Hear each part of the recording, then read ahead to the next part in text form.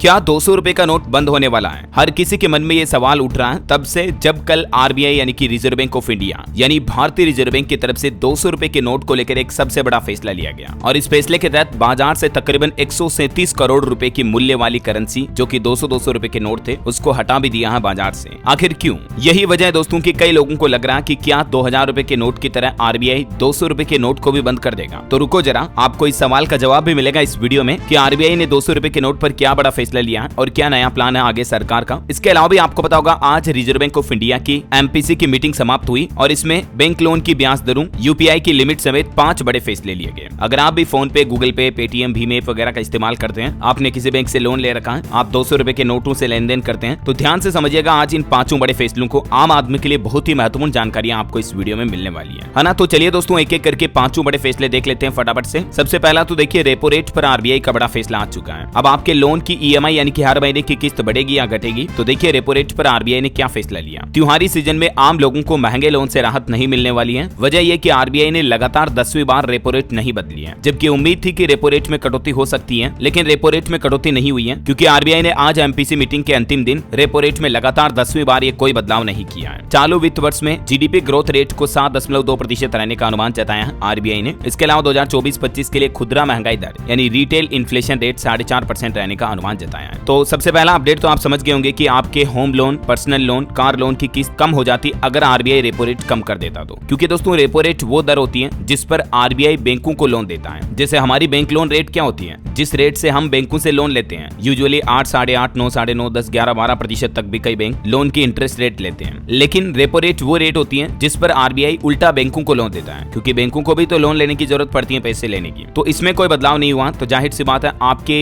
Home loan वगैरह की EMI कम तो नहीं होगी लेकिन बढ़ेगी भी नहीं। ये थोड़ी राहत की बात है क्योंकि ब्याज दरों में लगातार 10वीं बार कोई बदलाव नहीं हुआ, यानी लोन महंगे भी नहीं होंगे, सस्ते भी नहीं होंगे। रेपो रेट अभी भी 6.5% पर बरकरार है। ये आप ग्राफ में चार्ट में देख सकते हैं। लास्ट टाइम मई 2022 में 2.5% बढ़ाई थी आरबीआई ने ब्याज दरें, लेकिन उसके बाद से फरवरी 2023 से रेपो रेट 6.5% पर ही बरकरार है। आरबीआई ने आखिरी बार फरवरी 2023 में दरें 0.25% बढ़ाकर 6.25 से 6.5 की थी। उसके बाद से अभी तक कोई बदलाव नहीं हुआ। ठीक है, तो आरबीआई का पहला बड़ा फैसला तो ये रहा। दूसरा फैसला दोस्तों यूपीआई लाइट की ट्रांजैक्शन लिमिट को भी बढ़ा दिया आरबीआई ने। यूपीआई लाइट का मतलब तो आप समझ रहे हो ना, जिसमें आपको पेमेंट करने के लिए पिन डालने की जरूरत नहीं पड़ती, पासवर्ड वगैरह डालने की, क्विकली आसानी से पेमेंट हो जाता है। तो इस पर पहले लिमिट 500 रुपए थी, उसको बढ़ाकर 1000 रुपए कर दिया। और यूपीआई लाइट वॉलेट की लिमिट जो पहले 2000 रुपए थी उसको बढ़ाकर 5000 रुपए कर दिया। यानी अब आप वॉलेट में टोटल 3000 रुपए ज्यादा रख पाएंगे पहले के मुकाबले। इसके अलावा भी यूपीआई 123 पे की लिमिट को भी बढ़ाकर 10,000 रुपए कर दिया है, जो कि नॉन स्मार्टफोन यूजर्स के लिए ये सर्विस होती है यूपीआई 123, जिसमें आप कीपैड वाले मोबाइल फीचर फोन के जरिए भी किसी को यूपीआई पेमेंट कर सकते हैं। राइट, तो यूपीआई को लेकर दूसरा बड़ा फैसला आरबीआई ने आज एमपीसी मीटिंग में ये लिया। क्विक छोटे मोटे पेमेंट को और आसान करने के लिए ये यूपीआई से जुड़ी लिमिट्स को बढ़ाया गया है। अच्छा, तीसरा बड़ा फैसला देखिए, आरबीआई ने हमारे देश की जो एनबीएफसीज हैं उनको भी चेतावनी दी और कहा कि लोन बांटने में जरा गाइडलाइन का पालन करें। एनबीएफसी का मतलब होता है दोस्तों नॉन बैंकिंग फाइनेंशियल कंपनीज, जैसे एसबीआई, एचडीएफसी, आईसीआईसीआई, ये तो क्या है, ये बैंक है। लेकिन कई सारी हमारे देश में ऐसी कंपनीज हैं जो बैंक नहीं है लेकिन लोन देती हैं, उन्हें एनबीएफसी कैटेगरी में गिना जाता है, जो खास करके माइक्रो फाइनेंस इंस्टीट्यूशंस होते हैं। कई हाउसिंग फाइनेंसियल कंपनियां होती हैं, जैसे बजाज हाउसिंग हो गया, एलआईसी हाउसिंग फाइनेंस हो गया, ये कुछ लिस्ट में जो नाम देख पा रहे होंगे आप, ये सभी एनबीएफसी कंपनीज हैं। तो ये आजकल क्या कि लोन बहुत ज्यादा ही बांट रही है, तो इसको लेकर भी आरबीआई ने कहा, चेतावनी दी कि लोन जरा संभल कर बांटे, क्योंकि फिर एनबीएफसी कंपनी उसके घाटे में जाने और डूबने की संभावना बढ़ जाती है। अच्छा, आरबीआई एमपीसी में एक और फैसला लिया गया, 10 अक्टूबर को बैंकों में छुट्टी घोषित कर दी है। वैसे तो अक्टूबर के महीने में काफी सारे त्योहार आ रहे हैं, काफी सारे बैंक हॉलीडे रहेगी। मैंने आपको डीएलएस न्यूज पर पहले भी बताया था कि इस महीने टोटल 15 दिन की बैंक हॉलीडे रहेगी, क्योंकि विजयादशमी, नवरात्रा, दीपावली जैसे कई बड़े त्योहार हैं। और कल 10 अक्टूबर गुरुवार को भी त्रिपुरा, असम, नागालैंड और बंगाल राज्यों में दुर्गा पूजा महासप्तमी के अवसर पर बैंक बंद रहेंगे। दशहरा के मौके पर त्रिपुरा, असम वगैरह इन राज्यों में 10 से 13 अक्टूबर तक लगातार छुट्टी रहेगी, जबकि सिक्किम में तो 11 से 14 अक्टूबर तक लंबा वीकेंड भी रहेगा। अभी आगे आने वाली बैंक हॉलीडे की पूरी लिस्ट भी आप देख सकते हैं अलग अलग तारीखों पर। 31 अक्टूबर तक बैंकों में कहां किन राज्यों में किस वजह से छुट्टियां रहेगी, ये भी आरबीआई की तरफ से लिस्ट जारी कर दी गई है। ठीक है, और अब एक सबसे बड़ा महत्वपूर्ण फैसला देखिए दोस्तों, 200 रुपए के नोटों को लेकर। आपके मन में भी ये सवाल आया होगा कि क्या 200 रुपए के नोट बंद होने वाले हैं। वजह यह कि आरबीआई यानी कि रिजर्व बैंक ने बाजार से 200 रुपए के नोट वाली करीब 137 करोड़ रुपए के मूल्य की जो करेंसी है उसको वापस मंगा लिया है। तो इसके पीछे कोई नोट बंद करने की प्लानिंग नहीं है, बल्कि दोस्तों इसकी वजह इन नोटों की खराबी बताई जा रही है। यानी कि ये नोट गंदे हो गए या कटे फटे होने की वजह से आरबीआई ने इन्हें मार्केट से हटा दिया है। यही वजह कि 200 रुपए के 137 करोड़ के मूल्य की करेंसी वापस मंगाई आरबीआई ने, क्योंकि गंदे हैं, कटे फटे हैं, सड़े गले नोट हैं, तो इन्हें हर कोई लेता नहीं है, चलन में ये बाहर हो रहे हैं धीरे धीरे। तो बैंकों के जरिए आरबीआई ने इन नोटों को वापस कलेक्ट किया है और रिजर्व बैंक में मंगाया है। तो आप ये टेंशन ना लें कि कहीं मतलब 200 रुपए का नोट बंद तो नहीं हो रहा है। ऐसा कोई फैसला आरबीआई ने या गवर्नमेंट ऑफ इंडिया ने नहीं लिया है। आगे कोई भी फैसला आएगा तो मैं आपको बता दूंगा। बाकी दोस्तों, आज केंद्र सरकार की एक मीटिंग भी हुई। दशहरा दिवाली से पहले केंद्र सरकार ने बड़ा तोहफा दिया। दिसंबर 2028 तक गरीबों को फ्री अनाज मिलता रहेगा। गरीबों के लिए मोदी कैबिनेट की बैठक में आज ये बड़ा फैसला लिया गया। जो राशन कार्ड पर गरीबों को मुफ्त राशन मिलता है, उस योजना को सरकार ने बढ़ाकर दिसंबर 2028 तक एक्सटेंड कर दिया है। तो तब तक मुफ्त अनाज वगैरह और जो भी फ्री राशन स्कीम में फायदे मिलते हैं वो मिलते रहेंगे। तब तक ये सब खर्चा केंद्र सरकार उठाएगी। ठीक है, तो ये आरबीआई और केंद्र सरकार से जुड़े कुछ बड़े फैसलों की नए नियम की जानकारी आपको जरूर मिली होगी। वैसे दोस्तों, आप कौन से राज्य के कौन से जिले में रहते हैं मुझे नीचे कमेंट करके बताइएगा, ताकि मैं आपके राज्य की सरकारी योजनाओं की जानकारी भी आपके मोबाइल तक पहुंचा दूंगा। और बाकी इस वीडियो को लाइक और शेयर करना, DLS न्यूज चैनल को सब्सक्राइब करके बेल आइकन जरूर दबा देना, रोजाना ऐसी इन्फॉर्मेटिव काम की खबरें देखते रहने के लिए। जय हिंद, जय भारत, वंदे मातरम।